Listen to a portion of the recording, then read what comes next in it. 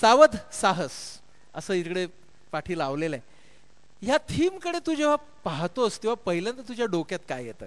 मला दोन गोष्टी जाणवल्या. एक म्हणजे क्रिकेटचं उदाहरण असं की आपल्यापुढे गेली 20-21 वर्ष एक सावध साहसी आपल्या देशासाठी क्रिकेट खेळतोय. तो म्हणजे सचिन. की म्हटलं तर त्याची बॅटिंग फार साहसी असते, पण म्हटलं तर सावधही असते की आपला जो उद्दिष्ट आहे त्या उद्दिष्टापर्यंत तो आपल्याला घेऊन जातो. बरोबर. तर हे एक उदाहरण डोळ्यापुढे चमकून गेलं. पण त्याहीपेक्षा एक अत्यंत प्रॅक्टिकल उदाहरण माझ्या नजरेत आलं. ते असं की आपल्या सगळ्यांना कारचं किंवा गाडीचं आकर्षण असतं आणि गाडी आपण वेगवान न्यावी असं आपल्याला वाटत असतं. बरोबर. तर मग आपल्याला प्रश्न असाही पडू शकतो की गाडीमध्ये ब्रेकचं प्रयोजन काय? तर उत्तर असं येईल की गाडी थांबवण्यासाठी, गाडीची गती कमी करण्यासाठी ब्रेक असावेत. म्हणजे हे कॉमन सेन्सिकल आन्सर झालं. पण थोडा अनकॉमन सेन्स जर वापरला तर असं आपल्या लक्षात येईल की ब्रेक आहेत म्हणून आपल्याला गाडी जास्त वेगाने नेता येते. तर सावध साहस हा हे जी टर्म आहे ती थोडीशी ब्रेक असलेल्या गाडीसारखी आहे की तुम्ही साहस करायचं आहे पण सावधानतेचा ब्रेक लावून आपल्याला अधिक साहस करता येईल. मगाशी ना आत्ता तुमचा परिचय करून देताना तुझा सफोला, पॅराशूट या सगळ्या ब्रँड्स बद्दल बोलली दीपिका. हो. आणि असं वाटतं का रे की हे जसे प्रॉडक्ट्सचे ब्रँड आहेत ना, तसं आपलं करिअर किंवा आपण स्वतः हा सुद्धा एक ब्रँडच असतो. कॉर्पोरेट शब्दात म्हणायचं तर ब्रँडिंग म्हणजे डिफरन्सिएशन. तुमचा प्रॉडक्ट किंवा तुमची सर्व्हिस ही इतरांपेक्षा कशी वेगळी आहे हे तुम्ही सातत्याने दाखवून दिलं की तुमचा एक ब्रँड होतो. बरोबर. ही जी कल्पना आहे ती फक्त प्रॉडक्ट्स ही रिस्ट्रिक्टेड नाही आहे. प्रत्येक आपला जो मनुष्य असतो आपल्या समाजामधला तो प्रत्येक दृष्टीने वेगळा असतो. त्याच्यामध्ये निश्चित जे वेगळेपण असतं ते जर त्याची जी नस जर त्याला सापडली किंवा तिला सापडली तर प्रत्येक मनुष्य आपला ब्रँड डेव्हलप करू शकतो आणि आपलं वेगळेपण उमटवू शकतो. आणि सावध साहस या संकल्पनेशी त्याचा जर संबंध जोडायचा असेल तर मला असं वाटतं की आपलं वेगळेपण हे जाणून घेणं आणि सातत्याने ते लोकांपुढे आणण्याचं साहस करणं आणि त्या दृष्टीने आपला ब्रँड बनवणं हेच खरं आपल्या यशाचं गमक म्हणता येईल. तर हा जो वेगळेपणाचा जो ब्रँड आहे तो आपल्याला जाणून घेता आला पाहिजे आणि ते खरं साहस होऊ शकेल. ते खरं साहस होऊ शकेल. तू जेव्हा सीए झालास त्यावेळेला तू प्रॅक्टिस मध्ये उतरणं, कारण आता सीए झाला की तो प्रॅक्टिस करणार, तर प्रॅक्टिस मध्ये उतरणं आणि जॉब घेणं कॉर्पोरेट मध्ये, तर हे तू चॉईस कसा केलास, हा निर्णय तू कसा घेतलास? पहिलं कारण असं की माझ्या एकंदर जडणघडणीमध्ये माझा इंटरडिपेंडन्स वरती फार विश्वास बसलेला आहे. इंटरडिपेंडन्स म्हणजे इंडिपेंडन्स पासून काहीतरी वेगळी गोष्ट आहे. इंडिपेंडन्स म्हणजे आपल्याला स्वतंत्रपणे काहीतरी करता आलं पाहिजे असं म्हणता येईल. आणि इंटरडिपेंडन्स म्हणजे जेवढा आपल्याला इतर लोकांबरोबर परस्परावलंबित राहून जे कार्य करता येईल त्याला इंटरडिपेंडन्स म्हणता येईल.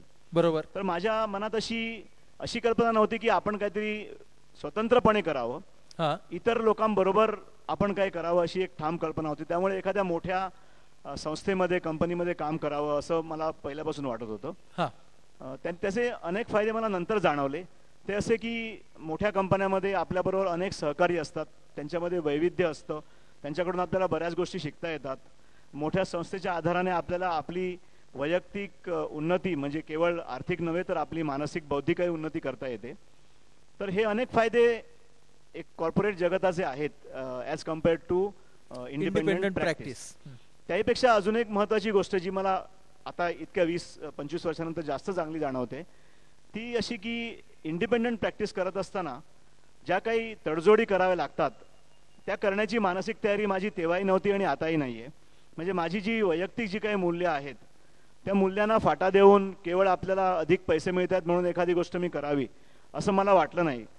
प्रॅक्टिस करताना आपल्याला जे काही प्रॉब्लेम सामोरे जावे लागतील ते करण्याचं एक बेधडकपणा किंवा ते करण्याचं धैर्य तेव्हा माझ्याकडे नव्हतं आणि अजूनही नाही आहे. आणि त्याच्याबद्दल मला बरं वाटतं की आपली मूल्य बाजूला ठेवण्याचं धैर्य माझ्याकडे नाही आहे. म्हणजे हे करेज माझ्याकडे नसेल, हे साहस मी करत नसेल तर ते मला चांगलं वाटतं.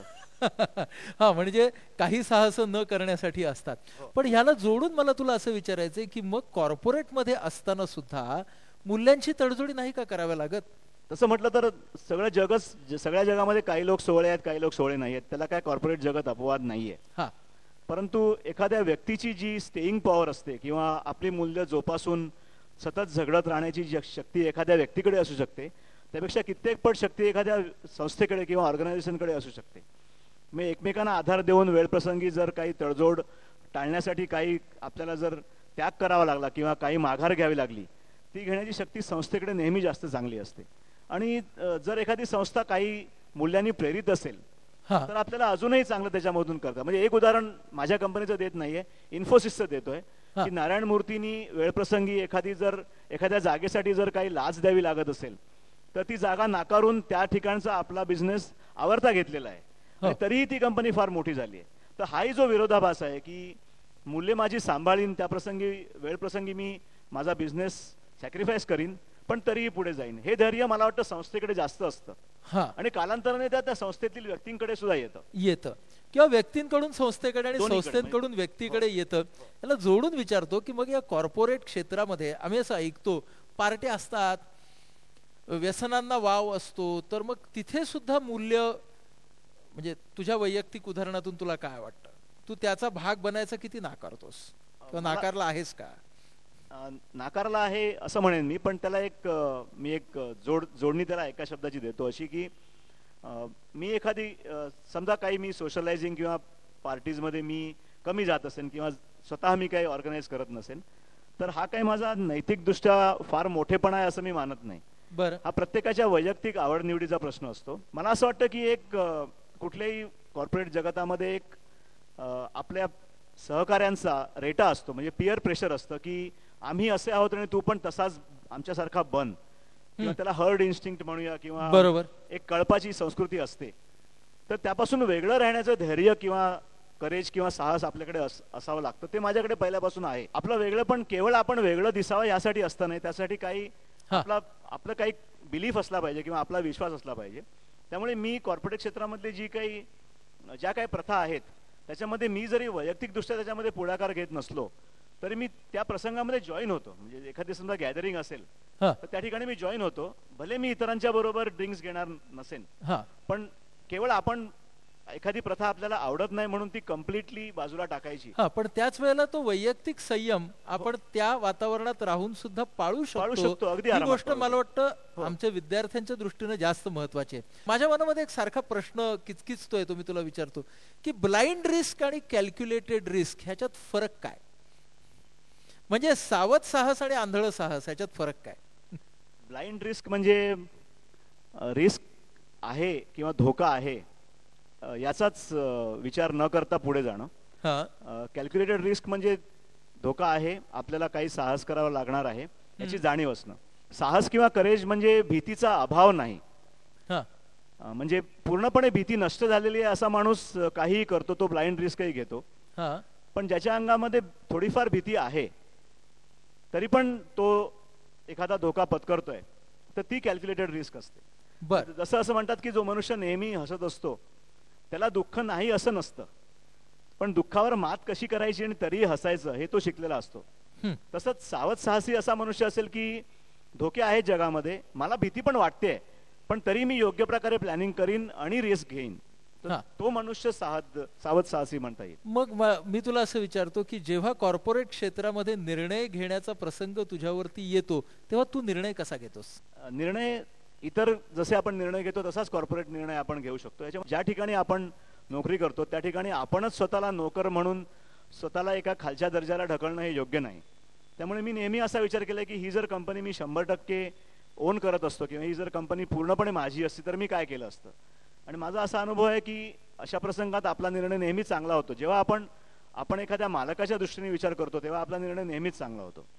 आणि निर्णय प्रक्रिया जर म्हणाल तर त्याच्यामध्ये 2 भाग नेहमीच असतात. एक म्हणजे पूर्णपणे तर्कशास्त्राने विचार करून किंवा लॉजिकल थिंकिंग, रॅशनल थिंकिंग करून, आणि दुसरं म्हणजे भावनांचा विचार करायचा, इमोशन्सचा विचार करायचा.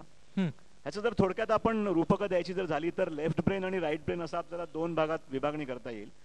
की लेफ्ट ब्रेनने म्हणजे पूर्णपणे तर्कदृष्ट्या विचार करून आपल्या पुढे काही एखाद्या प्रश्नाचे 2 बाजू आपल्या पुढे येतात की ही चांगली बाजू आहे, ही वाईट बाजू आहे, आणि त्या अनुषंगाने एक निर्णय आपल्या पुढे येतो. पण कधी कधी असं होतं की आपलं हृदय किंवा आपलं मन आपल्याला असं सांगत असतं की हा निर्णय तर्कदृष्ट्या जरी असा असेल तरीही वेगळा निर्णय आपलं अंतर्मन आपल्याला सांगतंय. आणि आतापर्यंत मी माझ्या आयुष्यात जे काही मोठे निर्णय घेतलेत त्यामध्ये मी आधी सखोलपणे रॅशनली बुद्धिप्रामाण्यवादाने विचार केलाय, पण शेवटचा निर्णय मी माझ्या हृदयाचा कौल ज्याला म्हणतात त्यानेच घेतलाय.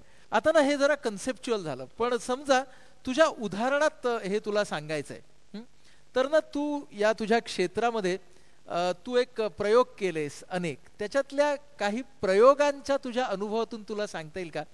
म्हणजे मला असं आठवतंय तू एक प्रयोग असा केलायस तुझ्या कंपनीमध्ये की नेहमी कंपनीतल्या एखाद्या माणसाला जेव्हा काही खर्च करायचा असतो तेव्हा तो अथॉरिटीकडे जातो, मग तो व्हाउचर लिहितो, मग त्याच्यावरती 2 लोक सह्या करतात, मग त्याला ते खर्च करण्याची परवानगी किंवा पैसे जे काय असतं ते मिळतं आणि त्याचं पेपर वर्क असं होतं. तर ते तू बदललंस ना, काय केलंस तू तुझ्या कंपनीमध्ये? आमच्या कंपनीमध्ये आम्ही एक वेगळाच प्रयोग राबवला. फायनान्समध्ये ही जी मानसिकता असते की आपण प्रत्येक गोष्ट कंट्रोल केली पाहिजे, त्याला छेद देणारी गोष्ट मी त्याचा पाठपुरावा करून ती करून घेतली. ती अशी की नॉर्मली डॉक्टरांनी जसं सांगितलं त्याप्रमाणे व्हाउचरवरती कोणाची तरी सही लागते, त्याशिवाय तो व्हाउचर पास होत नाही. तर आमच्या कंपनीतून आम्ही 90% खर्च 90-95% खर्चासाठी ऑथरायझेशन हा प्रकारच काढून टाकला. म्हणजे तुम्ही जर एखादा खर्च कंपनीच्या कामासाठी केला असेल तर त्यासाठी तुम्हाला तुमच्या साहेबाकडे बॉसकडे जाऊन त्याची सही घेणं हा प्रकार आमच्याकडे लागतच नाही. ह्याचा उपयोग काय होतो, एकतर त्या मनुष्याला आपल्या खर्चाबद्दल एक स्वतःची जबाबदारी येते. त्यामुळे जसं मी आधी म्हटलं त्याप्रमाणे ही कंपनी माझी आहे आणि माझ्यासाठीच मी खर्च करतोय ही भावना बळावते आणि त्यामुळे त्या खर्चावर आपोआप एक स्वनियंत्रण येतं. दुसरी गोष्ट अशी की आमच्या अनुभवामध्ये आणि तुमचा अनुभव तुमच्या कार्यक्षेत्रामध्ये असाच असावा की जेव्हा आपण आपल्या बॉसकडे एखादा व्हाउचर घेऊन जातो सहीसाठी तेव्हा 99% बॉस काही चेकिंग करत नाहीत, ते नुसती सही करतात. याचा अर्थ काय होतं की आपली जबाबदारी आपण आपल्या बॉसवर टाकतो आणि आपण मोकळे होतो कुठलाही खर्च करायला. तर हा जो एक फापट पसारा असतो तोही आम्ही काढून टाकला होता.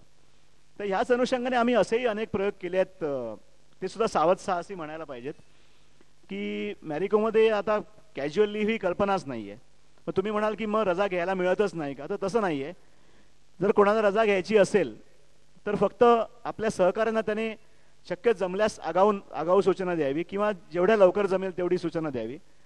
आणि आमच्याकडे त्यामुळे काय फायदा होतो की वर्षाच्या शेवटी जी रजा संपवण्यासाठी झुंबड उडते, म्हणजे आता डिसेंबरमध्ये बऱ्याच कंपन्यामध्ये अशी झुंबड असते की बाबा आता माझ्या 4 कॅज्युअल लिव्ह राहिल्यात तर त्या मी सलग घेऊन टाकतो. तसं आमच्याकडे काय होत नाही.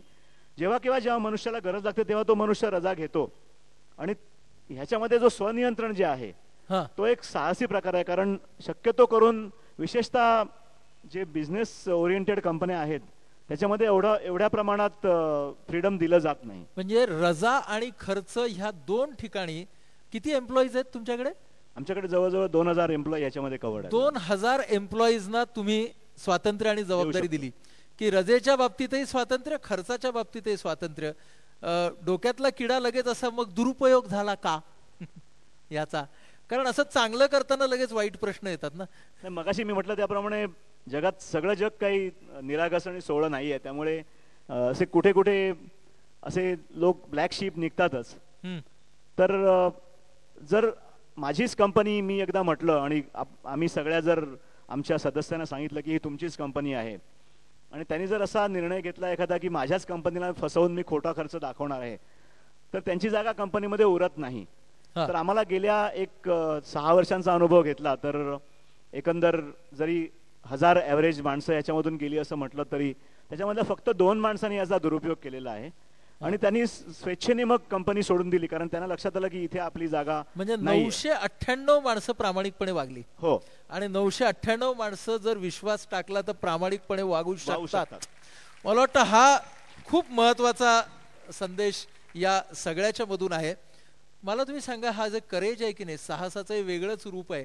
मगाशी आपण युद्धभूमीवरचं बघितलं, आता कार्यालयातलं ऑफिसातलं पाहतोय. तुमची या करेजच्या बाबतीतली रोल मॉडेल्स कुठली बरं? तुम्ही कुठून शिकलात असं साहस? की महाराष्ट्रामध्ये आपल्या 2-3 व्यक्तिमत्व अशी होऊन गेल्यात की ज्यांनी अनेक क्षेत्रामध्ये आपलं कर्तृत्व सिद्ध केलेलं आहे. बरोबर. आणि त्यांनी जे साहस केलं होतं वेगवेगळ्या क्षेत्रामध्ये एकामागोमाग एक जायचं, ते थोडंफार माझं रोल मॉडेल झालं. मी त्यांच्या एक शतांश इतका सुद्धा कर्तृत्ववान नाही आहे, पण तरी सुद्धा त्यांच्याकडून स्फूर्ती घेण्याचं त्यांचा तो अधिकार निश्चितच माझा आहे. एक उदाहरण तुम्हाला सांगतो, म्हणजे सध्याच्या पिढीला ते कदाचित एवढं नाव भावणार नाही. आचार्य अत्रे यांनी अनेक क्षेत्रामध्ये प्रचंड प्रमाणात मुसाफिरी केली आहे. त्यांचं एक फार सुंदर चरित्रात्मक पुस्तक आहे, मी कसा झालो, आणि त्याच्यामध्ये अक्षरशः वेगळ्या प्रकारची चॅप्टर्स आहेत की मी चित्रपटामध्ये कसा गेलो, मी वक्ता कसा झालो, मी राजकारणी कसा झालो. तर ते जे पुस्तक आहे ते लहानपणीच फार वाचल्यामुळे त्यांचा एक माझ्या मनावर फार प्रभाव होता. दुसरी आपल्याला अधिक माहिती असलेली नावं म्हणजे पु ल देशपांडे, ज्यांनी अनेक क्षेत्रामध्ये मुसाफिरी केली. आणि एक राजकारणातलं नाव म्हणजे बाळासाहेब ठाकरे. ते फार चांगले व्यंगचित्रकार पण होते आणि चांगले राजकारणी पण झाले, आणि त्यांचं जे इतर क्षेत्रात त्यांना जो रस आहे तोही फार चांगल्या प्रमाणात आहे. म्हणजे मला असं दिसतंय की तुम्ही chief of finance, chief of HR आणि चीफ ऑफ स्ट्रॅटेजी तू का झालास, तर अत्रेंच्यामुळे असेल असं आपल्याला म्हणायला हरकत नाही. एक महत्वाचा प्रश्न असा की बदलत्या काळामध्ये पालकांच्या भूमिकेतून सावध आणि साहस याची कल्पना काय असावी? आपण मुलांना पालक म्हणून कधी पाठिंबा द्यायचा आणि कधी विरोध करायचा? कुठल्या साहसाला पाठिंबा द्यायचा, कशाला नाही द्यायचा? तू पण एक पालक आहेस, तुझ्या अनुभवातून काय सांगशील? मी स्वानुभवावरून आणि स्वतःच्या विचारावरून तुम्हाला काही गोष्टी सांगेन या ठिकाणी. पहिली गोष्ट म्हणजे आपल्याकडे अशी एक सोयीस्कर पण चुकीची विभागणी झालेली आहे की पालक शक्यतो हे सावधतेच्या दृष्टीने असतात, म्हणजे पालक हे कॉशियस असतात आणि मुलं साहसी किंवा करेजियस असतात असं आपल्याकडे विभागणी आहे. तर तशी असते तसं नाही. तर तो जो आपलं एक स्टिरियोटायपिंग झालंय ते आपण प्रथम बाजूला ठेवलं पाहिजे. बरोबर. दुसरं मला असं जाणवतं की मुलं जेव्हा वाढत असतात तेव्हा आपण काही साहसी स्टेप्स आपण उचलतो, पण पुढे गेल्यावर आपण त्यातलं साहस कमी करत जातो. आता उदाहरण द्यायचं तर माझी धाकटी मुलगी सायली ही जेव्हा सायकल शिकली तेव्हा असं वाटलं होतं की ही आता कशी शिकणार, पण एका क्षणाला आपण धीर करतो आणि म्हणतो शिकू दे, आपण एकटी चालवू दे सायकल, आपल्याला ती जाईल पुढे. तर हा जो आपण सायकल शिकवताना मुलांना जो विचार करतो तो पुढे करिअर चॉईस करताना आपण फार साहसी राहत नाही त्यावेळेला. तर मला असं वाटतं की आपण त्याप्रमाणे राहिलं पाहिजे. आपण असा विचार केला पाहिजे की आपल्या मुलामध्ये स्ट्रेंग्थ्स काय काय आहेत, त्याचा कल कुठल्या बाजूला आहे, आणि त्याला जर पुढे आपण जाऊ दिलं तर आपण त्यासाठी कुठलं सेफ्टी नेट आपण त्या ठिकाणी टाकू शकतो. म्हणजे एखादी करिअर निवडायचीच नाही, यापेक्षा तुला जी आवडते ना करिअर मग तू निवड, जर काही चुकलं तर मी आहे सांभाळायला. हे जे सेफ्टी नेट प्रोव्हायडरची भूमिका जर पालकांनी घेतली, म्हणजे एक परीक्षक या नात्याने मुलांचे सतत दोष काढण्यापेक्षा आपण त्यांचे जर गुण शोधून त्याप्रमाणे जर त्यांना आपण प्रोत्साहन दिलं आणि आपण सेफ्टी नेट वापरलं तर फार चांगलं होईल. म्हणजे उदाहरण माझ्या दुसऱ्या मुलीचं देतो. माझी मोठी मुलगी म्हणून आता डॉक्टर झाली आहे, पण माझी अशी एक फार इच्छा होती की तिने चार्टर्ड अकाउंटंट व्हावं माझ्यासारखं. पण तिने 11वी-12वी मध्येच मला सांगितलं की मला काय CA वगैरे व्हायचं नाहीये. तर मी तिला म्हटलं की तू CET परीक्षा तर दे 12वीची, जर तुला चांगले मार्क मिळाले तर तू अवश्य मेडिकलला जा, आणि जर तुला काही कारणामुळे अपयश आलं तर सेफ्टी नेट CAचं तुझ्या पुढे आहेच, आणि ते घेऊन मी उभा आहे.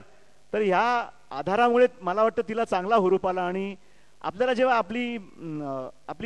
जेव्हा आपल्याला असं वाटतं की आपल्या मागे काही समर्थन आहे, प्रोटेक्शन आहे, तेव्हा आपण जास्त साहस करू शकतो. मला सांग की साहसानंतर मिळणारं यश आणि साहसानंतर मिळणारं अपयश याच्याकडे माणसाने कसं बघावं? कारण दोन्ही होऊ शकतं ना. आपल्याकडे एक गीतेमधलं एक वचन आपण बऱ्याच ठिकाणी उद्धृत करतो किंवा आपण त्याच्याबद्दल बोलतो की कर्मण्येवाधिकारस्ते मा फलेषु कदाचन. हे बोलायला खूप छान वाटतं. तसंच साहस करताना आपण असं म्हणतोय की आपल्याला काय फळ मिळेल माहित नाही, नंतर आपण बघू, पण ते अपयश पसवणं कधी कधी फार कठीण होतं. तर मला असं वाटतं की जे लेफ्ट ब्रेन राईट ब्रेन, मगाशी मी म्हटलं की एक हृदय आहे आणि एक मेंदू आहे.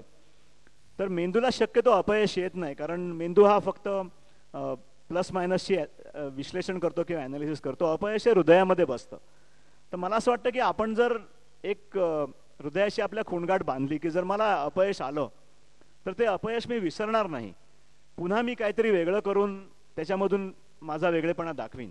करेक्ट. माझं स्वतःचं उदाहरण द्यायचं तर मी आता तुम्ही माझ्या HR मध्ये मी फायनान्स सोडून गेलो त्याबद्दल बोललात, पण 1996 साली सुद्धा मी असा एक प्रयोग केला होता की गोदरेजमध्ये असताना की फायनान्स डिपार्टमेंट सोडून मी प्रोडक्ट सप्लायमध्ये गेलो होतो, म्हणजे फॅक्टऱ्या चालवणं किंवा परचेसिंग, डिस्ट्रीब्युशन याच्यामध्ये मी काम केलं, ज्याचा फायनान्सशी काही विशेष संबंध नव्हता. ते मला एवढं आवडलं नाही.